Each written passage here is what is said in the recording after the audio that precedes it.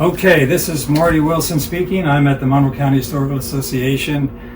It's November 11th. 7th. 7. Should we start over? It is the 7th. Yeah. 11-7. It is the 7th. 7-11, that's another thing. I was thrown because of the weather. It's like summer. It really is. 2024. Anyway, I'm sitting here with Danny and Charlie Cahn, brothers.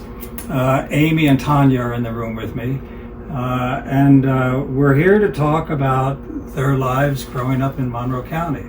So let's start at the beginning, which is when and where were you guys born? And maybe talk about your parents a little bit. Okay, I was born on August 24th, 1946 in Wilkes-Barre. My parents were going back and forth from Stroudsburg to Wilkes-Barre from 1941 on till the present day, well, till later. And they just happened to be in Wilkes-Barre when I was born. But 3 years later, from what I understand, they brought me here in 1949 and bought a house on West Main Street. They had rented a property first for a year or so. And then they bought a property on West Main Street that was at 1723 West Main, and that's where I was raised, in Stroudsburg. So they were going back and forth because? My father had a job in Wilkes-Barre that was selling items door to door, and my mother was working for the same company. It was called Boston Furniture. Okay. And that's where his territory was, but it also came to Stroudsburg. His territory was 50 miles, I guess, and he was going back and forth. And his location where he was living when I was born happened to be a place called Edwardsville, which is right next to Wilkes-Barre. That's where you were born. I was born in Wilkes-Barre. And then 3 years later, they came to Stroudsburg, and that's where I was born. And he started Ted Used Cars. It says it right on the side, 1949. And so that was when it was started. And he had another business before that he had simultaneously in the jewelry field. And where the Poconos Cinema is in East Stroudsburg, next to that was the jewelry store that my father had at the same time he started Ted Used Cars. And there it is. This is in the 50s. No, that was 1949. Okay, 49. And you were born when? What was your birthday? 49, July 30. 1949. Yeah. So he's just short of 3 years younger than me. Yeah. And so he gave up the jewelry business after a few years and then just stayed in the car business.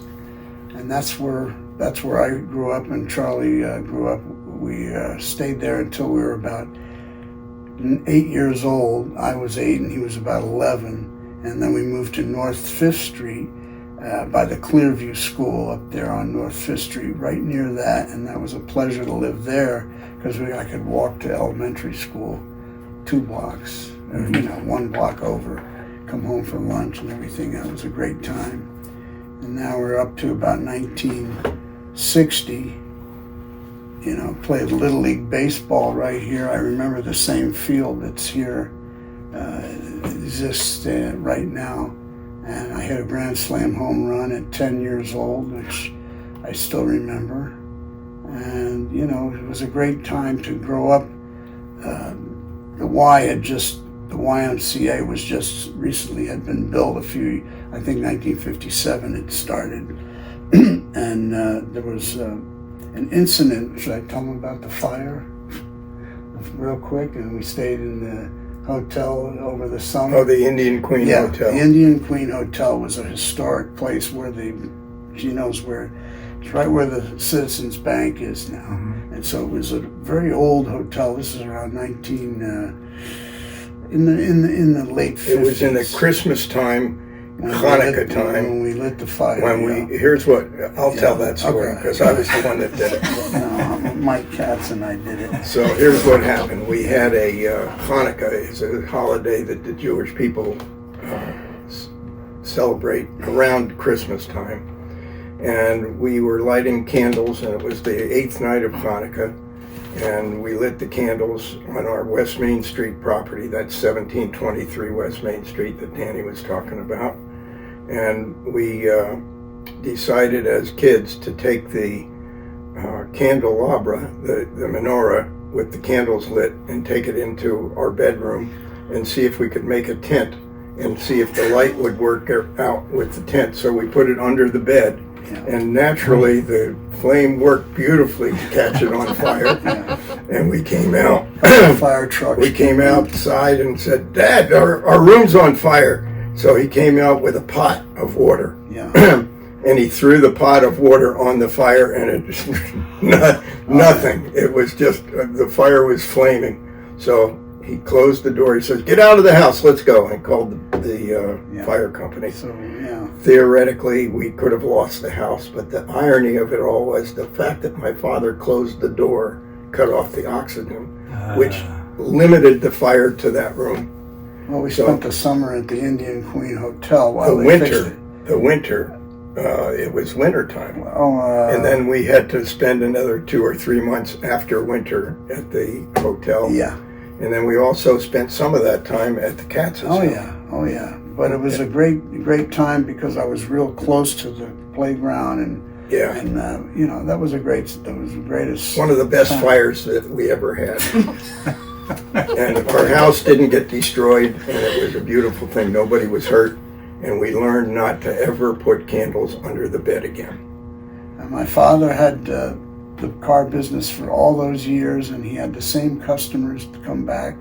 And his motto was buy and rely, and they came back for 30 years at least. Same customers would get their used car, and they were always kind of really used at that time, but he had a good business going, and he had a wonderful business going. In he fact, joined it later. What happened was he started it in this area. It's called buy and rely, pay here, buy here, pay here. So he started the business in '49 that people could come in and buy the car for very little money down.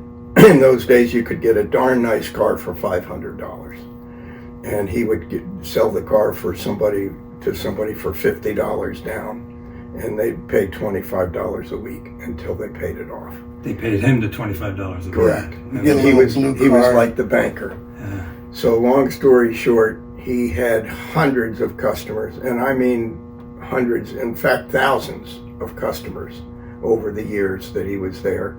And the customers would be customers for life because they'd come in and buy a car and pay $25 a week, and then at the end of a year when the car was paid off, they would have the car paid off. They'd want to get another car, so he would add another car on. They would he'd take the old car in on trade and give him another car. There were people that were his customers for decades. Yeah. And it was because of that buy here, pay here. Isn't there a Ted's used car out? That's the business. And he sold somebody then eventually. No, I did. What happened was I was in the Army in 1968, 69, 70, 71. Then when I came out of the Army, I was scheduled to work for Ford Motor Company. I was going to go back to their management training because after college I applied for a job with them and they offered me the job. But then the Army came in, so I took off for the Army. So I was scheduled to go back to work for Ford Motor Company in 1971, and my father looked at me and said, "Dumb block." That's what he used to say when I didn't agree with him. "Dumb block, what are you doing?" I said, "Dad, I'm going to work for Ford. They're paying me $15,000 a year. It's the highest salary. I'm at the top echelon for starting salaries." And he says, "Dumb block, we got a business here. What about Ted's Used Cars? You could come in here and make a whole lot better than $15,000 a year." I said, "I don't know. I want to sell used cars." He said, "Yes, you do." And he was such a phenomenal salesman. He was the top salesman in the world, in my personal opinion. And he sold me a bill of goods. I came to work. I called Ford Motor Company and said, "Thank you very much for the great offer, but I'm doing something else. I'm going to be working with my father." So we went to work with my dad in 1971, and it was the greatest experience I could ever ask for. My father taught me how to sell a product, not necessarily a car, not necessarily a refrigerator, an air conditioner, but basic sales. He taught me how to make a sale. And that was a very important part of my life because, as it turned out, I had several other careers that worked out for me. And one of them, the first one, was selling the cars for 20 years. He didn't last that. From 71 to 91. Yeah. Or 90 in that area. And my father had passed away in 1976. Yeah, 75 or 6. So we had 5 years together, and it was a matter of working together with your father, which is not always easy, because he was a tremendous salesman, and when he thought something should go a certain way, he would persist on selling that idea, which is aggravating to somebody that's trying to do it their way, which is what I was doing. Long story continued. My father says he had a tremendous sense of humor, and he said, "Look, when I die," because he had a heart condition, he said, "when I die, I don't want you to take too much time off. I want you to keep the business going. So what you do is you put a little sign on the door, Ted's dead, be back after lunch."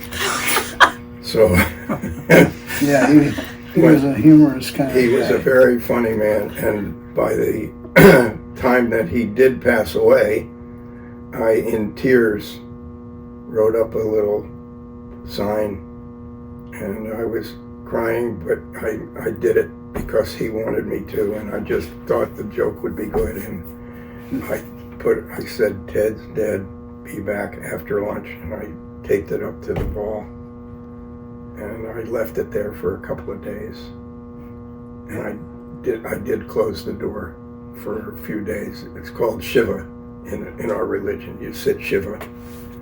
So that was the end of my father's life, and I continued from that point on. And I want to tell you a little story about my dad and how he used to sell cars. We would drive down Main Street, Stroudsburg, which is right outside, and he would see somebody walking down the street, and he would go over to him, could be a total stranger. He'd say, "Hey, Lucky, what are you doing? What are you walking for?"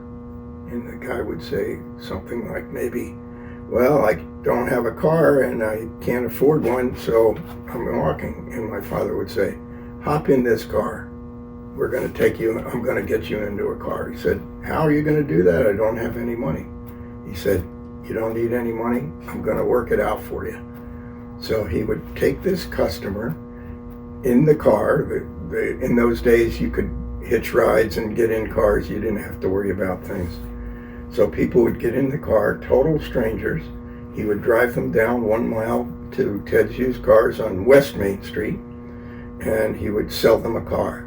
They would drive out, and they would be appreciative for life.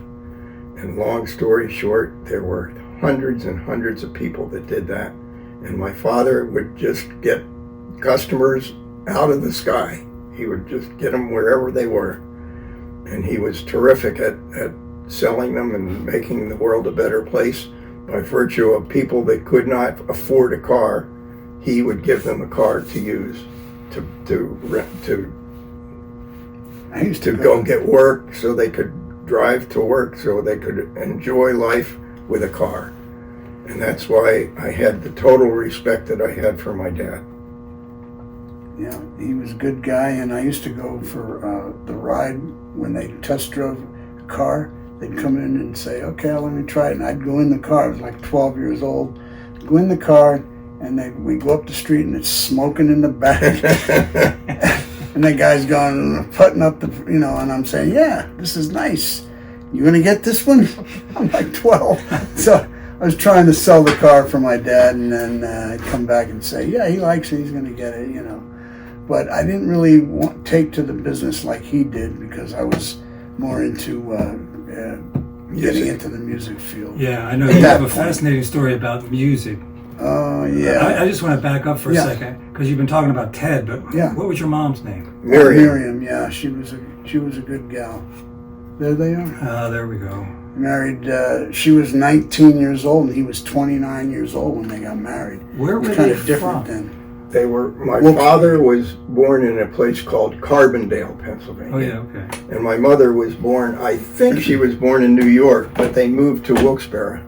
Yeah. So she was raised in Wilkes-Barre. How did a boy from Carbondale meet a girl from New York? I told you before, they were working in the same company. It was called Boston Furniture. That's how they met. And my father saw this pretty little girl 19. Yeah.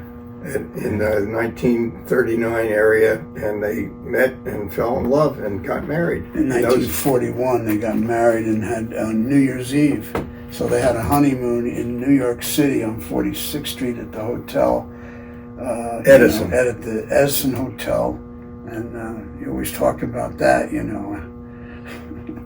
But they stayed married until he died at age 64, which was too early for a man to die. But you know, she lived to be about 82, I think. 81. Yeah, she's been gone. She was gone after 9/11. She was alive for 9/11 when I had moved back.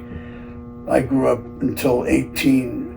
I was here until age 18. Then I went to New York City to go to college, and then stayed there for many years until 2001. We lived in New Jersey, right north of New York City, and I spent till 2001 and came back here. It's been 20 years already, so time's flying. Yeah.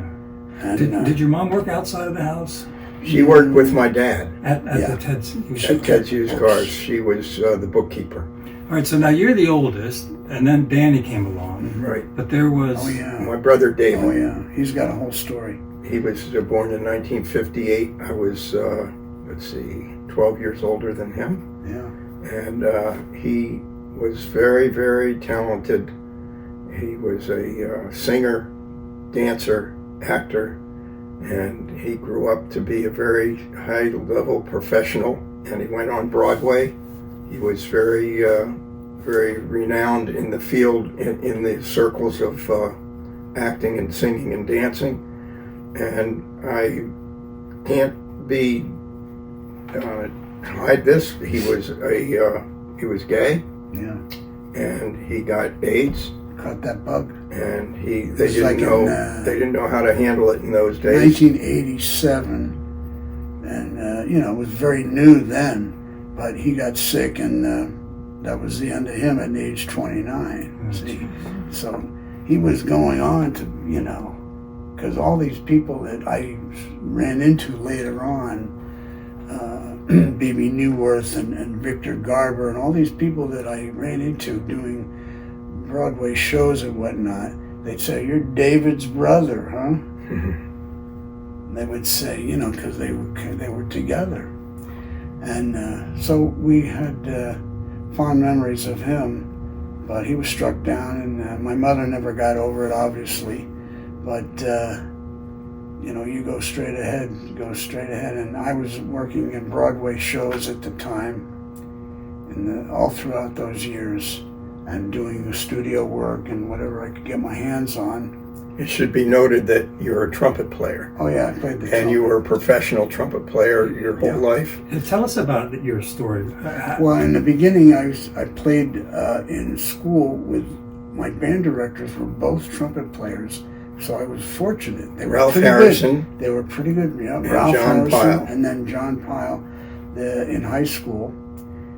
They were both pretty good players, so I was in good hands. And then after I got into high school, I was playing in the different festivals and whatnot. And we didn't have a big program, but we had a marching band and a concert band, and didn't have a jazz band. Maybe for about a minute we had a jazz band, but nothing like they do today. And so I graduated in '67 and went to New York, luckily, and got into Manhattan School of Music. Stroudsburg High School you graduated. Yeah, Stroudsburg High. This is right where we were. I'm going to tell a story Yeah. to how it started. Oh, yeah. I started playing in 5th grade trumpet. Do, do, do, do, do, do, do, do, do. So I'm practicing, and Danny comes in to the room and he watches me practice. And I put the horn down on the bed and I go to the bathroom. He picks up the horn while I'm in the bathroom. He's never had a horn in his hand, ever. He picks up the horn and he starts blowing it, and I come out of the bathroom and I grabbed the horn away from him. I said, "Don't you ever touch this valuable piece of merchandise. Don't you ever touch this again." Just then, I have the horn in my hand. My mother comes in the room and she says, "Charlie, that last thing you played was terrific." It was me. It was him that never played a horn in his life. You played a melody? You played... I don't remember. Who knows It was what he played? My something mother that came out. in and said, "That last thing you played was terrific." Yeah. And That was the end of my trumpet career and the beginning of his. And then I started playing the drums shortly after that. And I should tell them about our little group that we had together during high school years. We started playing immediately in high school, gigs around town. You know, there was a place on Hetty's, and then we In Marshall's Creek, and Mount Tom Inn, and Mount these Tom little Inn. bars and stuff that Marshall's Creek, that we played in. And we had an organ player named J.D. Lance from the Lance Brothers in East Stroudsburg. They went on to be very successful. And J.D. had this big, huge organ that we would transport and get in there. And the three of us, drums, trumpet, and organ. And we had little gigs, and I'm making $20, maybe $25 for 3 hours work. And the minimum wage at the time was maybe $1.40 or $1.50 an hour. And work in a factory, you know. So I'm making like $20 or $30, you know, for 3 hours, and that was pretty good. So I says, well, I'll keep going with this. And luckily, to get into school in New York was the savior for me. That was my campus. And so, you know, it was unbelievable to get there and start studying there and let them take me under their wing and start learning there and playing every day. And I got into the trumpet wholeheartedly, and you know, 4 years, and I started playing gigs after about 2 years in the Catskill Mountains. because Uncle Jack. Yeah, I had an uncle, my father's brother, Uncle Jack Cahn, was a consummate pianist, had graduated, got a couple degrees out of Manhattan School of Music, and became a school teacher in New York City's public school system. But he played his whole life, and he was in this band, and he knew a contractor very well in the Catskill Mountains. And at that time, the hotels were very fluorescent, not fluorescent, but flourishing. And we got a job. I got a job in one of the hotels and put myself through Manhattan School, playing weekends and a couple of summers. And it was a great experience, you know, playing different music every night and all kinds of shows, different shows, and it was just a good time. And then it was like a snowball rolling down a hill at that time. I'm talking about 1970, and all throughout the 70s and 80s and 90s, stayed in New York and played there. And then finally around 2000, I says, I'm thinking about going back home, you know, because it was a rat race in a lot of ways, and getting very hard to commute every day from where I was. I had to leave earlier and earlier from New Jersey. And I said, well, I'll take it, I'll go out to Pennsylvania and see what it's like. And I continued to after I got here, continued to play and drive into New York, which was even worse, you know. But that didn't go on too long. I was kind of winding down at that point, and we're talking about, you know, 2000 to maybe 2010. And I kept going into New York and playing with different people. Did a couple of tours with Barbra Streisand and played with Liza Minnelli for a couple of times in there.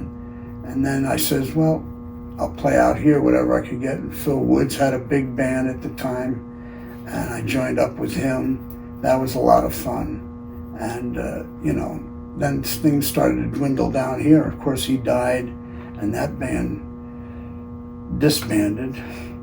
And so, you know, at the time I was thinking of winding down because the gigs were few and far between. And so that's what happened. I got my teeth fixed along the way, and that hindered my trumpet playing tremendously. So I kind of packed it in, and here we are, 2024, just enjoying life, kind of retired. Do you remember the name of the hotel you played at in the Catskills? Yeah, it was the Pines Hotel and the Raleigh Hotel. In the Stevensville. Well, that's where my Uncle Jack was the leader at the Stevensville Country Club. So those three hotels were, and Grossinger's I played at. I don't know, do you remember some of those places? I played Grossinger's and the Nevele. Yeah, the Nevele was great. Yeah. It was a great place. And there were a lot of musicians up there, jazz musicians, as you remember. And I met some great people, and the experience was so great because you'd be reading different music every night, and you know, you learned to sight read anything that was put in front of you. It was helpful in the studio world, where you would go in and they'd say, here, play this 60-second, whatever, and or you know, you'd have to make music out of it right away, first time, and so I learned that early on.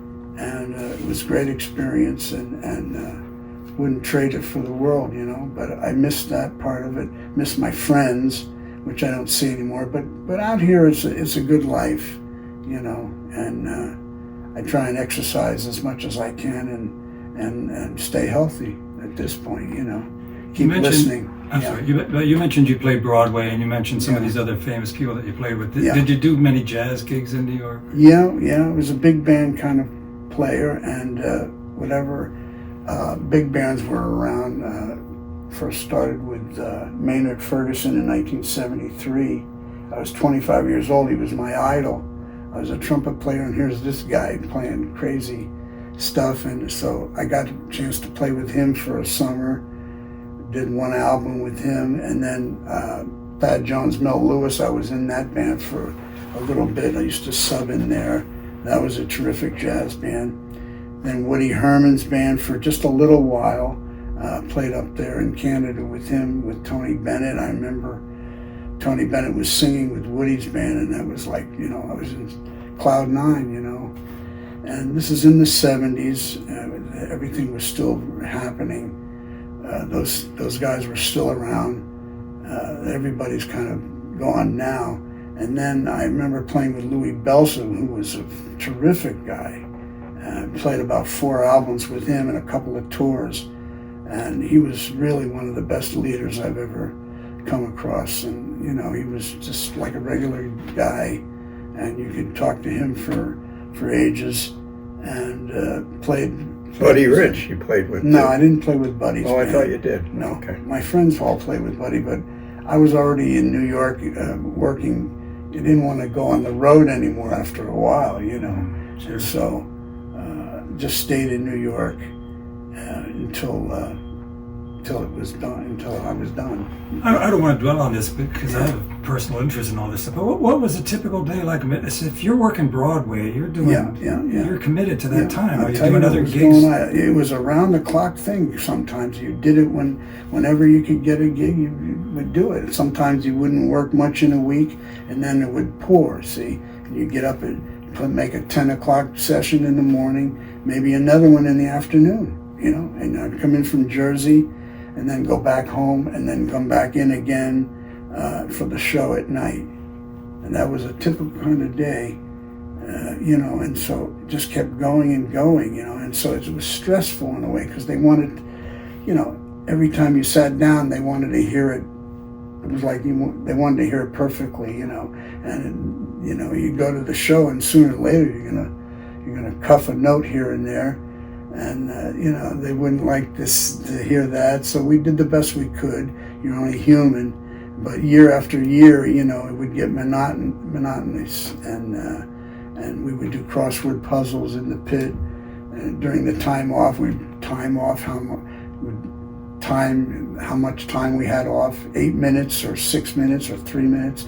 You go right to your puzzle. If you sat, so it was that kind of thing. So I couldn't really wait to stop doing that after that many years. But it was good for the pension. We got good pension contributions, and that's what I'm enjoying now. Fruits of the labor, as they say. One thing we should add to this, our family has a tremendous history of show business. This is our uncle, my mother's brother. His name is Martin Brooks. Yeah. His real name when he was born and raised was Martin Baum, which is my mother's maiden name. But he got into show business and they said he should change it. So he made it Brooks. And he was in the last show he did was a TV series called The $6 Million Man. And he was the doctor on The $6 Million Man. Bionic Woman. And the Bionic Woman. And that's what he did. He was on Broadway and did shows. Are You Now or Have You Ever Been was the McCarthy era. Was the name of a Broadway show, and he was one of the stars of it. And in case you didn't get it. Martin Brooks, he was a New York actor who had in the 50s and did very well in Broadway and stuff, and then went to California in the 60s and had a career out there, and he wasn't like Clark Gable status, but he did very well, and he was kind of well known and throughout the years, and we loved him. He was our star in the family. And there he is with my mom on our West Main Street property. He was a star of our family. And he taught us something else very important. He wrote a book, and he got involved with spirituality.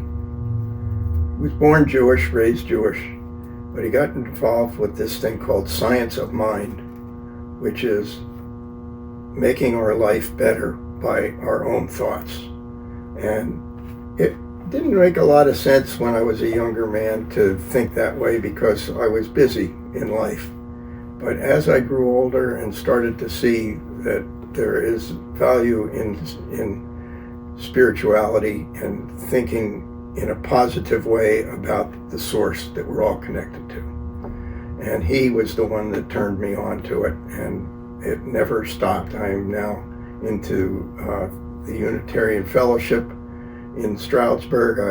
I studied the science of mind that he was teaching me, and I do understand that spirituality is the most important thing in our lives. So no matter what happens, no matter who gets elected president of the United States, if you're not happy with it, tough. It's going to work out. It's going to be a positive thing. So I've learned to have positive attitude no matter what happens. And that's one thing that my Uncle Marty taught me. And my mother and he were very close, as you could see. That was a picture, but they were that way in life. They were very close. And I really had total respect and wonderful connections to my uncle.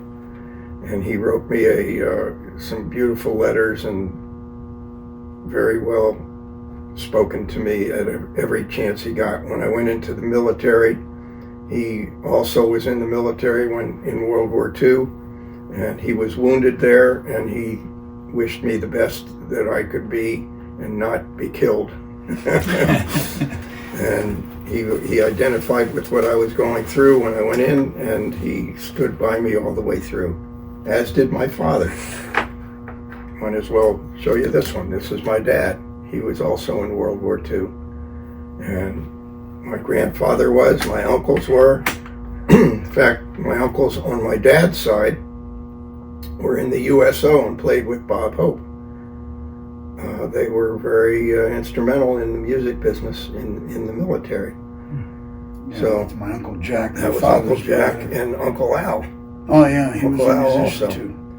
So Yeah. we had lots of music on that side of the family, and we had lots of acting on my mother's side of the family. So Yeah. we have entertainment in our You guys souls. come by it naturally, your talents. It was a natural thing, you know. When I picked up the trumpet in 5th grade, I took to it, and like I say, I didn't really take to the car business. I could have gone into that probably, but did not want to do that. So it was exciting to continue music and go to New York like that. So that was what happened, just a natural chain of events. That's the picture that they still have up in the office there, I suppose. At Ted's Used Cars. Oh yeah. Yeah. Before I forget, I wanted to ask you. You were in the military during the Vietnam era. Were you in Vietnam? Yes. Tell them about it, Charlie. Just did.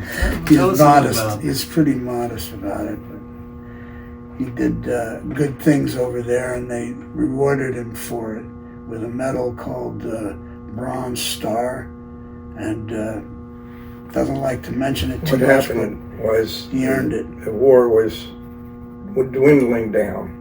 What year were you there? 69, 70.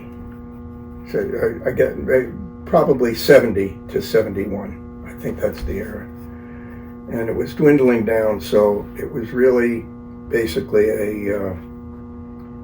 an end to what was going on. And a lot of my friends in those days were hippies. And the idea at that time was to go to Canada and avoid the military, or get a doctor to sign a note that said you were unfit for service. I decided that being a Jew in the Stroudsburg area, which was not a whole lot of popularity in those days, I didn't even want to think of it myself, that I was shirking my duties, and I didn't want to project that. So I enlisted in the military. Since my grandparents, my grandfather was in the Army in World War I. My uncles were all in the Army. As I told you before, they were in the USO. And my father was in the Army. My Uncle Marty was in the Army. He was a paratrooper. So I decided that I would go in. So I went into the Army and started as a private, and went through OCS, that's Officer Candidate School, in Fort Sill, Oklahoma, studied artillery. And they came down with a request as I graduated. They said, we're looking for volunteers to go to Vietnam, which I wasn't 100% sure I wanted to do that, because the artillery, I was trained to be a forward observer, and the life expectancy of a forward observer is about 10 minutes when you're in action. Mm-hmm. So I said, I'm not too thrilled with that, but let's see what they're talking about. So they came down with a request for volunteers to go to Fort Monmouth, New Jersey to learn Signal Corps operations. So I went to Fort Monmouth and to become a signal officer and go to Vietnam, because that seemed, I was good at talking on the telephone, and that sounded like a good idea to me. So I went to Fort Sill, Oklahoma, then I went to Fort Monmouth, New Jersey, then overseas.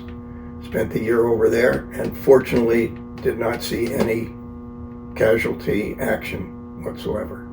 It was a quiet time, basically. There was once in a while there'd be an incoming, everybody'd have to go into the bunkers, but there was no fighting on a daily basis. So I was very fortunate to be able to go through that. And the reason I got the Bronze Star was because the colonel came in and said, we need 5 volunteers to go on a trip somewhere.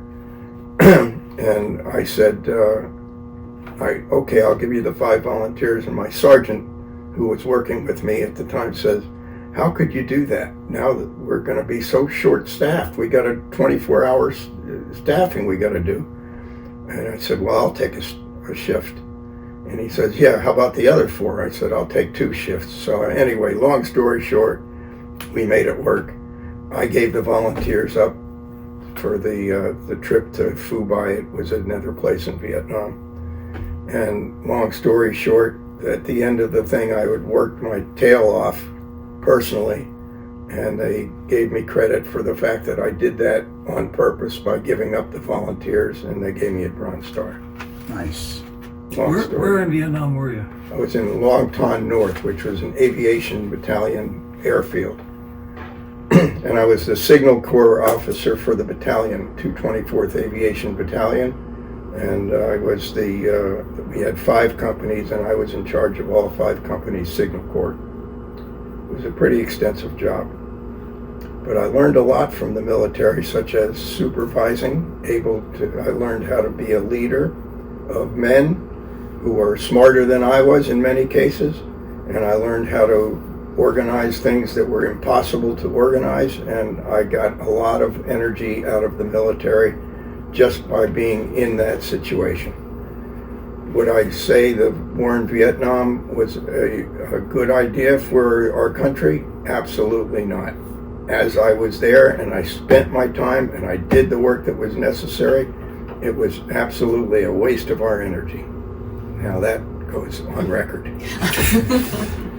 Long story short, I'm out of the military and I'm a happy camper in the world at large.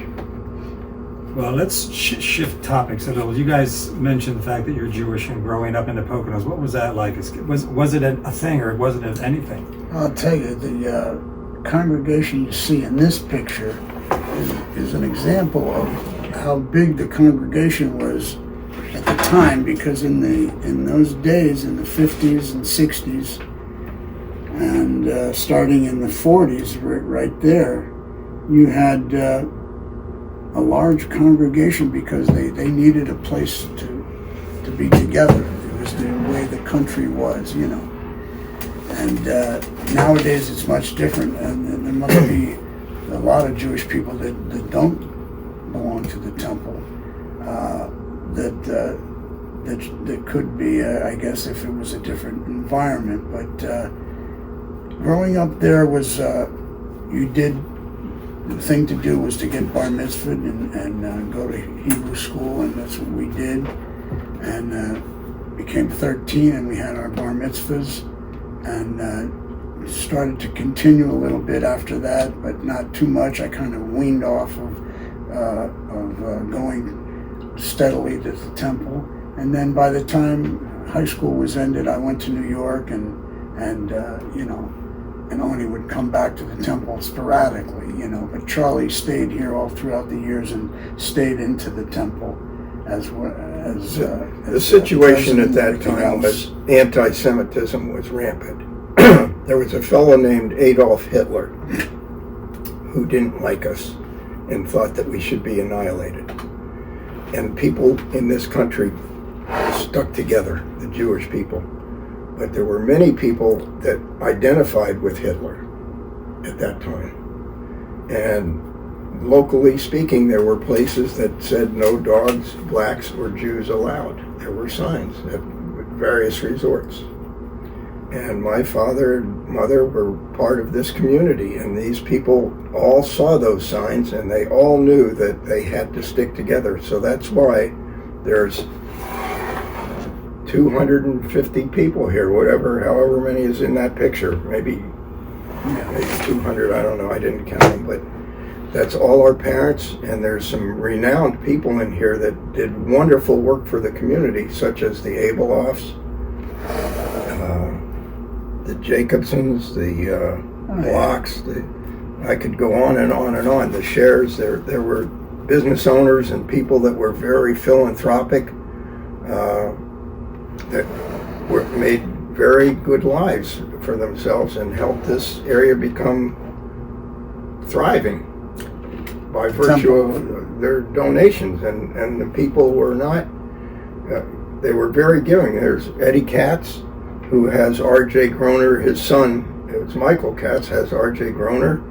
And there's Steve Summers' parents there. There's all kinds of the Laftons, the Howitts. There's so many names that are coming back into my head. And I see their homes when I pass by. I go up Park Avenue and Broad Street and all these different streets, and I say, that's where the Breslauers live. That's where the Howitts live. That's where the Laftons live. That's where the Jollies live. And I see all these people, and my heart opens because I remembered the kindness and the love that I felt in those days from them. It was a good time. And they're all gone now, and everybody, and the sons and daughters, some of them are still around. There's one that's in here that's still alive. His name is Jack Birnbaum. I think you've given him an interview, and I see him every once in a while. He's at a place called Grace Park now, and I visit him every now and then, and he's still got it. Yeah. He's still up here. He still has it. I say, Jack, who was that person that lived across the street from the synagogue? He says, oh, that was Silverman. He remembers stuff, and then we talk about his days when he was a kid, and there was a fellow by the name of Kurt Weimer, who was a professor at East Stroudsburg University. His son's name is Scott, who is still alive and well in California. And Kurt was his teacher.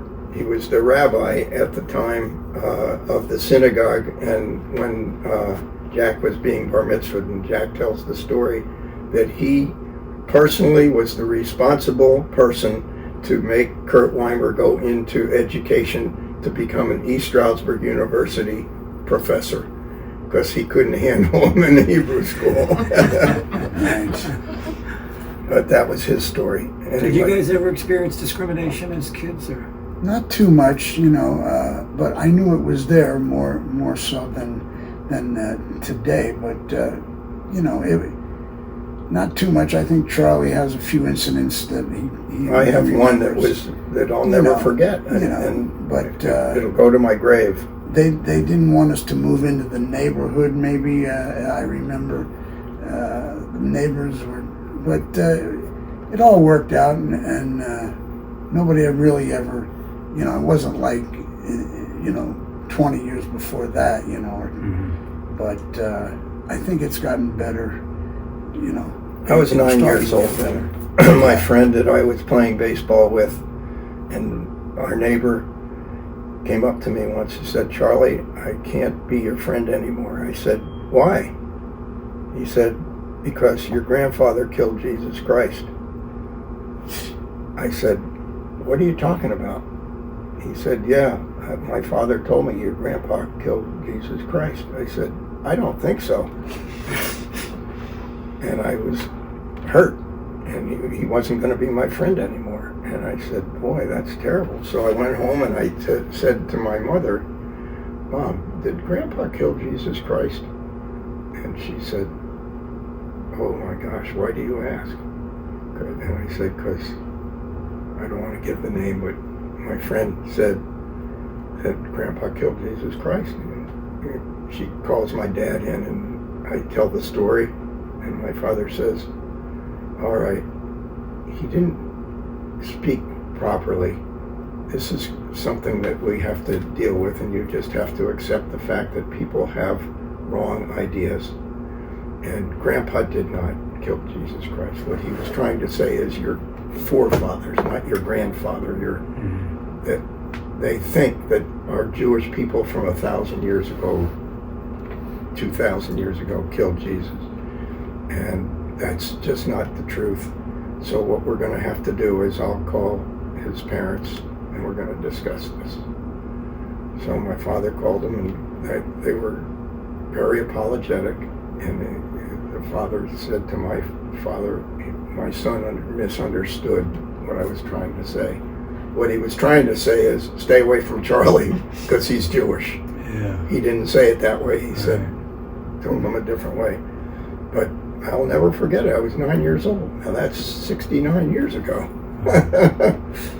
And I can remember it like it was yesterday. And we were playing ball, and as it turned out, we got on the same Little League system, and we were playing with each other, against each other, and we were in school together, and we grew up together, and I pitched, he pitched, we were in the All-Stars together, we were on the same teams, and as it turned out, we became friends again.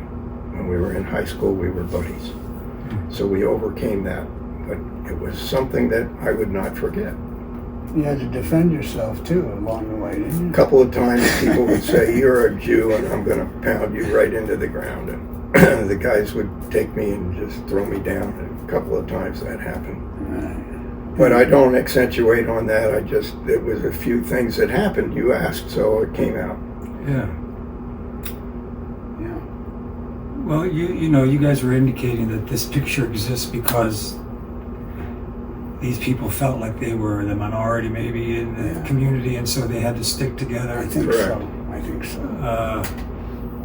What about today? I mean, I don't know why, but they don't seem to want to participate in the traditional services anymore. I see people my age and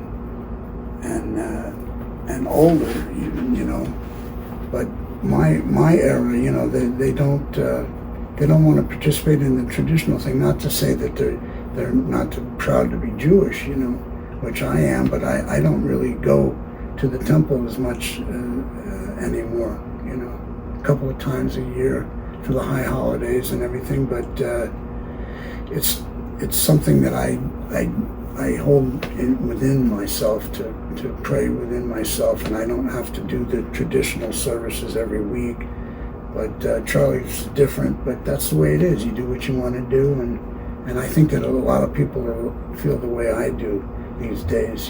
That's why the congregation is smaller. You're lucky to get 10, 15 people in there sometimes, and they need at least 10. 10 is called a minyan. That's what you have to to do the Torah, to have a full service. The Torah is our Bible, basically. Anyway, I agree with Danny. There's no force that's driving people to connect. When I was a kid and they told me I was going to Hebrew school, I said, "Oh, it's boring. Why do we have to learn this funny language, Hebrew? What's going on here?" But my parents stuck with me and said, "You're going to do it," and that's what I did. it was a thing to do. Forced it. You had to have a bar mitzvah at that time, and we did, and that's what everybody did. But now there's so many intermarriages. People are marrying out of the Jewish faith, and the marriages could be Catholic, could be Christian, Muslim, it could be anything.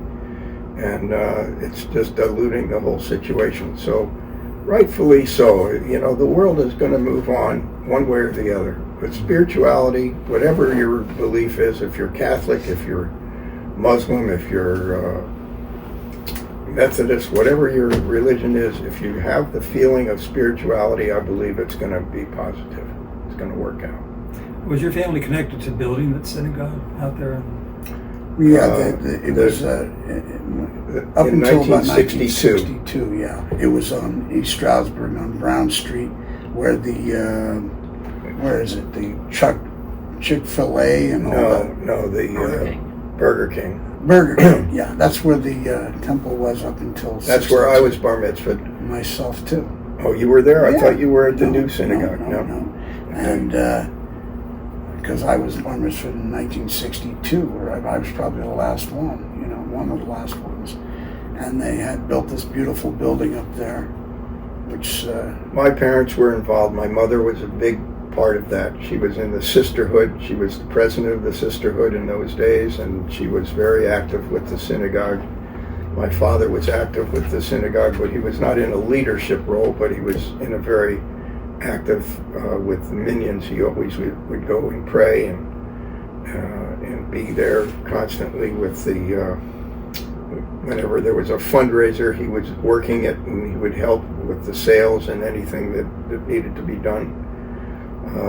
But my mom was very interested in the activities of the synagogue, and she was a big planner and a big organizer for the sisterhood, which is the women that got together. Mm-hmm. And my parents were very active in the synagogue all around in general. And that caused me to be that way. And now when I go to the synagogue, I see my father there and my mother. They're on the lists on the walls. And I pass by and I give a little kiss. It was camaraderie was the thing back then. You see, these people would visit they would visit each other, see. And, oh, look, we have company. They would come over and stay for a half an hour. You don't see this much anymore. People would come over and visit you, and then you would go to their house, and you know, and that's the way it was. But you don't see that. Oh, look, we have company. You know, you'd be happy to see people. You know, and it was a special thing. But I don't see too much of that anymore. And another thing that the people used to do that I remember is they used to have people come over to their homes and eat that were homeless or that couldn't afford to eat. We have a policy in our Passover Seders that you open the door for people that need to have food. That was something that they used to do automatically in those days. If there was people that didn't have money, that couldn't afford to eat, you invite them in, Jewish or non-Jewish. And they used to do that on a regular basis. And my parents were very involved with fundraisers for different organizations, like Salvation Army was big in those days, and my father would donate to them stuff that, you know, such as food, whatever, and that's where I learned some of the techniques of giving that have to be done in this day and age. Now it's very popular. Everybody gives donations for tax donations and so forth. But I learned a lot of that also came from a fellow named Lester Abeloff. I want to talk to you about Lester a little bit. Lester was raised in a very poor family, tough Depression time, and he became, after the military, he became very interested in making a big amount of money. So he went into the car business. And one of the things that he did in the car business was bought a brand new dealership called Nash Rambler, and he opened it up on 2nd Street in Stroudsburg near the bridge. And he flourished. He became a very wealthy man, and when he did become wealthy, he was given the knowledge from his father, whose name was Nathan Abeloff.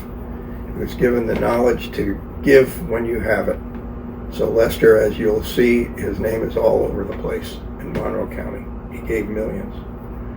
And I became very close to him because my parents, when they came here in 1949, we lived for a short time in a home right next to them on Washington Street in East Stroudsburg, which was right across from where the Salvation Army is.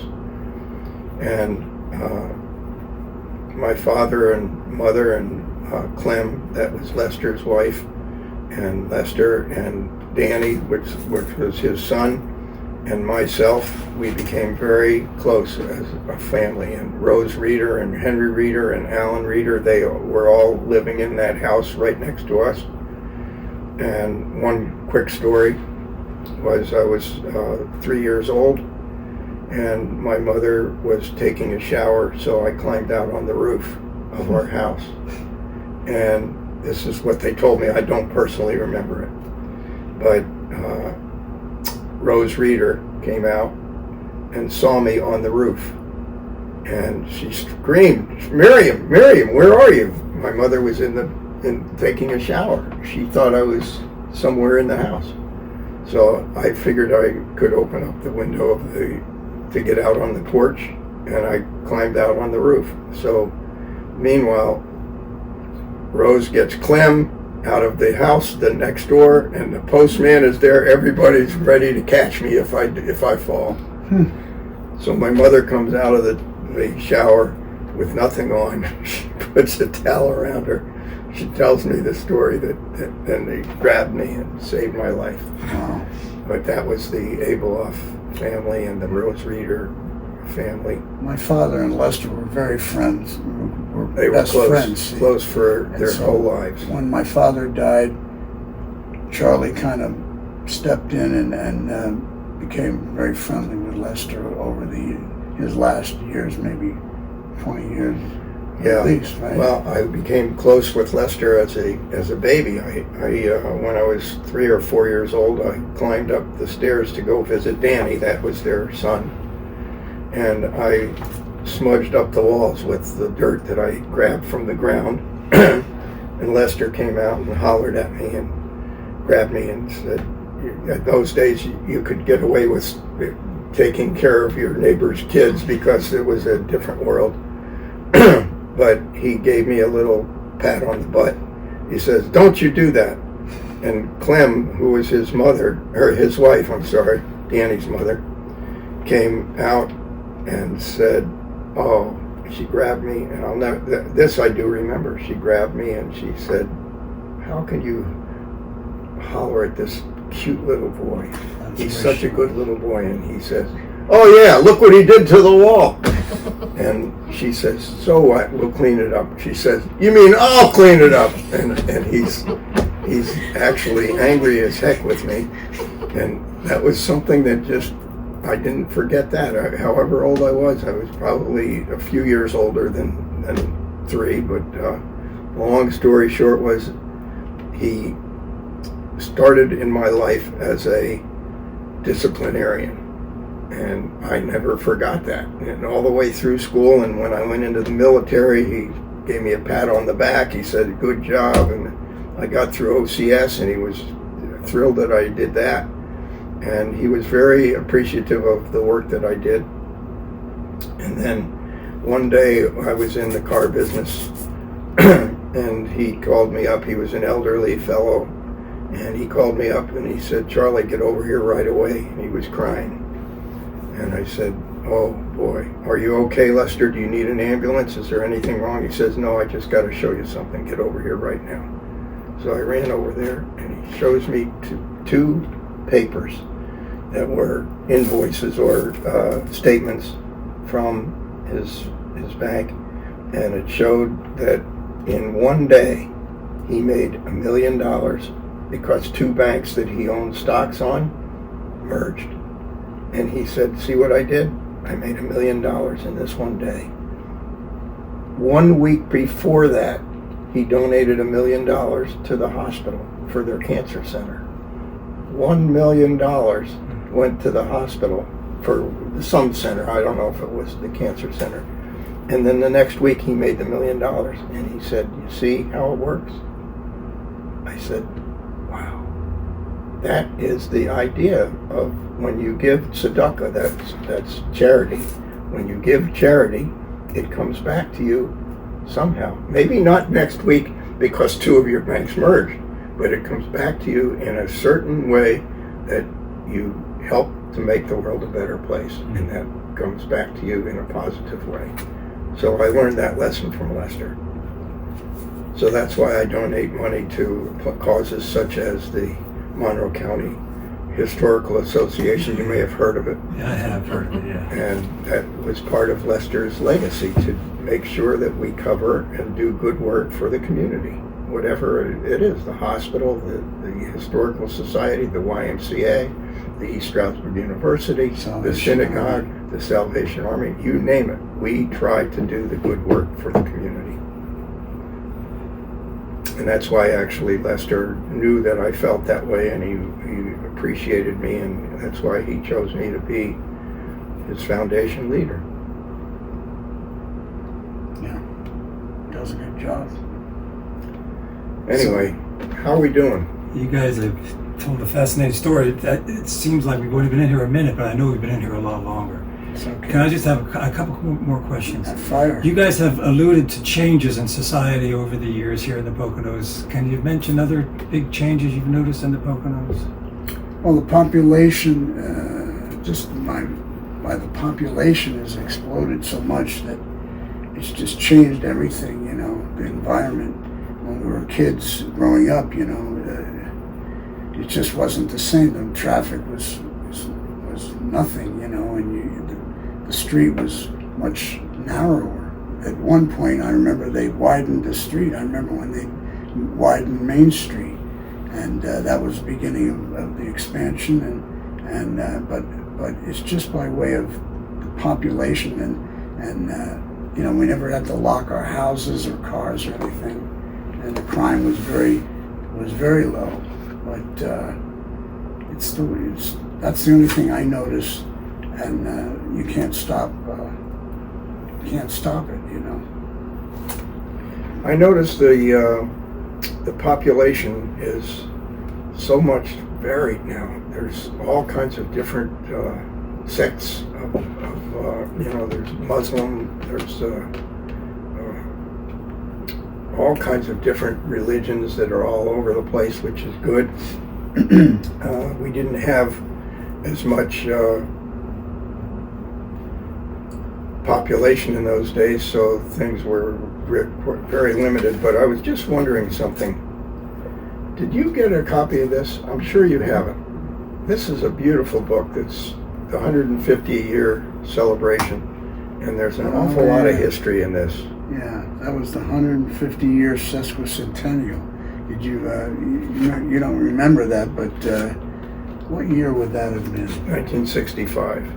Yeah, 65, and everybody put on little fake mustaches, and they made little things, little jail houses on the street, and changed the environment up to back to when it was back in 150 years before, and I do remember that festival. I'll give you a little change that happened, you asked. When I was in high school and I got my driver's license at age 16, Route 80 had not been established yet. So I personally drove down Main Street 60 miles an hour with no problem, because there was no issues with all kinds of traffic. You could just shoot right through. And I was fortunate not to have any accidents, never killed anybody. But I do remember going 60 miles an hour. And then when Route 80 was formed in 1962, I was taking my friends for a ride, and I said, okay, let's go for a ride. And I would go 80 miles an hour. And they say, aren't you going a little too fast? And I'd say, didn't you see that sign? It said 80. No. So I used to do that, but I fortunately grew out of that. You guys mentioned the YMCA a couple of times. Were you close to the Y? Did you spend much time there? Oh yeah.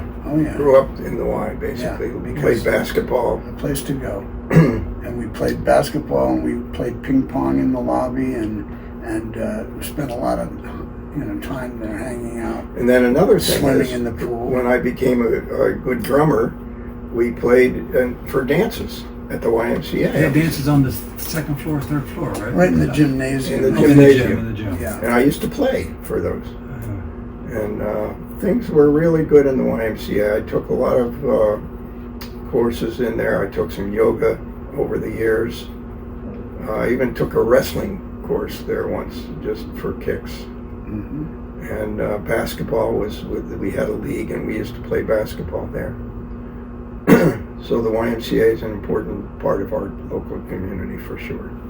Yeah, well, that summer, that time that we stayed in the hotel, there was right across the street. So, we were there every day. Great time. The Indian Queen, you know about that. I'm sure you've heard that. That was the hotel. That was where the Monroe Security Bank later grew.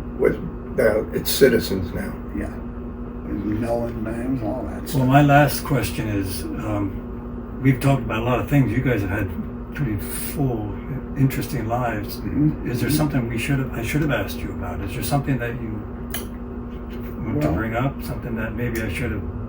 Not really. I mean, when I was growing up here, I loved it. But, like any young teenager, you want to spread your wings. And I sort of felt like really getting out of town.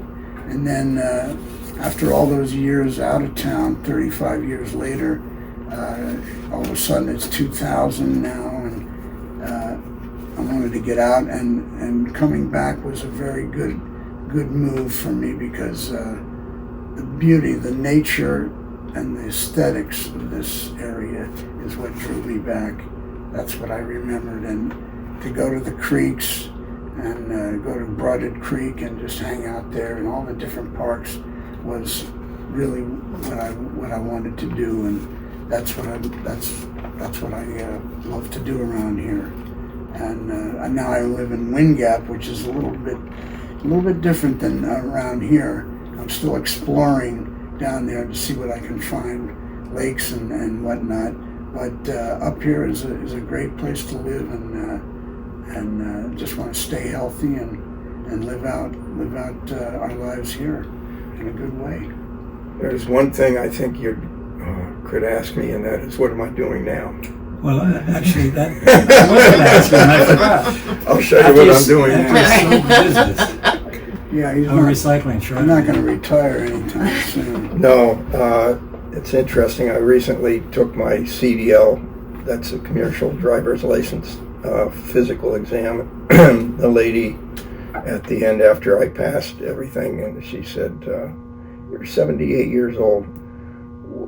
You're the oldest one I've done in years. Nobody wants to be driving at this age. What are you doing?" I said, "It's not that I'm driving every day. I work with handicapped adults in an organization called Developmental Education Services, Community Partners in Recycling." And she knew that. She knew me before. She said, "I know, but don't you ever want to quit?" And I say, "When death do me part, that's when I'll quit." And when I think about it, that's what my father did. My father was on the way down to business to come to operate the operation with me. We were working together, and he passed away in the car, and he pulled off the side of the road and just died right there in the car on the way to the office. So that's the way I want to go. Not necessarily in the car on the way to the office, but at age 103, when it's time, whatever age I am at the time, something at that point, when I'm ready to go, that's when I'll quit. Which brings me to another question. You know, we've talked about Danny's musical career, but you've had your own musical career. Yeah, I did. I started in Penn State when I went after Stroudsburg High School, and I played in Stroudsburg Band for years, and then went to district band and so forth. And then I went to Penn State, tried out for the Blue Band there, and I made it. That's a very renowned band, the Penn State Band. And one of the reasons why I made it was because my teacher, John Pyle, knew Dr. Dunlop, who was the conductor of the Penn State Blue Band, and he said, he called him up and he said, "I'm sending you one of my best kids." And I was a good drummer, but he opened the door and gave me an extra little push, and Dr. Dunlop was trying me out, and he said, "Play this, play that," and so forth. And then he said, "Are you from Stroudsburg? Do you know Mr. John Pyle?" I said, "Yes, I do." And it turned out that he says, "Oh, okay, you're in." And another fellow from Stroudsburg High School by the name of Floyd Kellogg, who graduated Stroudsburg also, went to Penn State 10 years before me, and he was also in the Blue Band, and he became president of Blue Band. And ironically, in my fourth year of being in the Blue Band, I became the president of the Blue Band. So two people from Stroudsburg High School, Floyd Kellogg and Charlie Cahn, both went to Penn State and became the president of the Blue Band.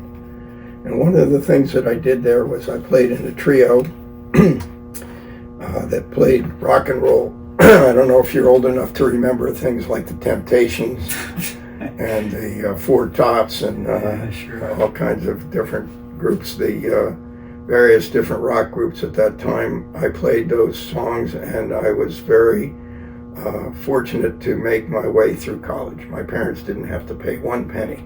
I made my living playing on Fridays and Saturday nights, and everything was really fortunate for me in the music business. And then when I got out, I played the local shows, and you might have heard of a fellow named Marty Wilson.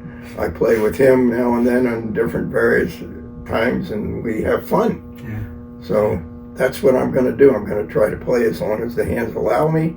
I'm going to try to do this as long as my heart stays alive, and I'm going to try to continue to be spiritual, and I'm going to try to stay active with the synagogue, which leads me to my last thing. I'm going to give you these. These were in our synagogue. You didn't turn it off? I did. How dare that thing not work? What are these? Here's what I did.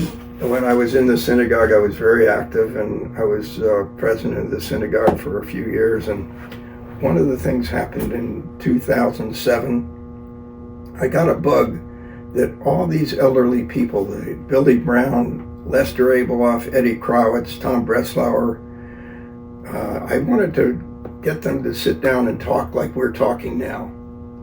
So there were about 21 of them that were still alive. And I said, let's meet and talk. That's what we did. I got 2 hours and a half, whatever they are, long. They talk about Talks Stroudsburg in the old days. The history of the Jewish people in Monroe County. That is my presentation to you. Thank you. Okay. And, Do you have any questions? I don't know if your dad gave you a car when you turned 16. Yeah. Oh, He certainly did. He gave me a couple of cars. Certainly did. But it was always the worst car on the lot, because I would take it to New York and park it on the street, and I'd have a dealer's tag on the back from Pennsylvania, and I'd get parking tickets from New York, and be negligent on the payment sometimes, and see if I could get away with it, But he always was very generous, and whenever I needed a car, he would give me the worst car in the lot, but I loved it, I loved it anyway. And he was a great guy. He was a good guy. Too bad he didn't live as long as he should have. He was very well liked in this community, and I got to tell you something that very few people know, but there's a lady named Probst who just ran for office. Do you know, did she make it? Okay, that's good. Her grandfather was Henry Kammer. Heine Kammer is what my father used to call him. He was a customer for every day of their lives. My father and he were like this. And when I saw Tara, I said, do you remember my father? She said she was a little girl, and she definitely remembered him. That's So nice. if Tara ever listens to this, your grandpa was a good man. Thanks very much for having us in, Marty. I thought it was fascinating. Are we can wrap it up? I mean, it was a good place to wrap it up. Yeah, As far as I'm concerned. Yeah. Well, Yeah. thanks very much. Thank guys you. have had thanks very interesting much. lives. Yeah, Drum roll. yeah. All right. Great. Good Thank you. work. Thanks, guys.